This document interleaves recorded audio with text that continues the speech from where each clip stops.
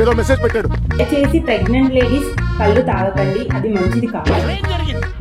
నాకు ఇప్పుడే తెలియాలి, తెలిసి తీరాలి. డెలివరీ ముందు కళ్ళు ఎందుకు తాగుతాడు అడిగారు. కళ్ళు ఎందుకు తాగుతున్నావా అని అడిగాను. సో దాని గురించి డౌటా. సో నీకంటే ముందు డెలివరీ అయింది, అంటే ఒక రోజు ముందు డెలివరీ అయిన ఆమె ఫిట్స్ త్రో చేసింది అనమాట. అంటే సీజర్స్ వచ్చాయి, మాకు అర్థం కాలేదంటే బీపీ నార్మల్ ఉంది, అన్ని బాగున్నాయి అనమాట. అయినా ఫిట్స్ త్రో చేసింది. మాకు అసలు అర్థం కాలేదు ఎందుకు ఫిట్స్ వస్తుంది, అసలు రీజన్ లేదంటే చిన్నప్పటి నుంచి ఎప్పుడు ఫిట్స్ లేదు, బీపీ హై లేదు, సడన్ గా ఫిట్స్ త్రో చేసింది. సో డౌట్ కొద్దీ ఆమెను అడిగామన్నమాట, కళ్ళు తాగుతారా అంటే అవును, ప్రేమ కొద్దీ వాళ్ళ అత్త రోజు కొంచెం తాగిపించింది అని చెప్పారు. అందుకే ప్రతి పేషెంట్కి అడగాల్సి వస్తుంది. అంటే పెరిఫెరీస్ అంటే మనకి ఇక్కడ ఊర్లలో ఏంటి అంటే చాలా మందికి అపోహ,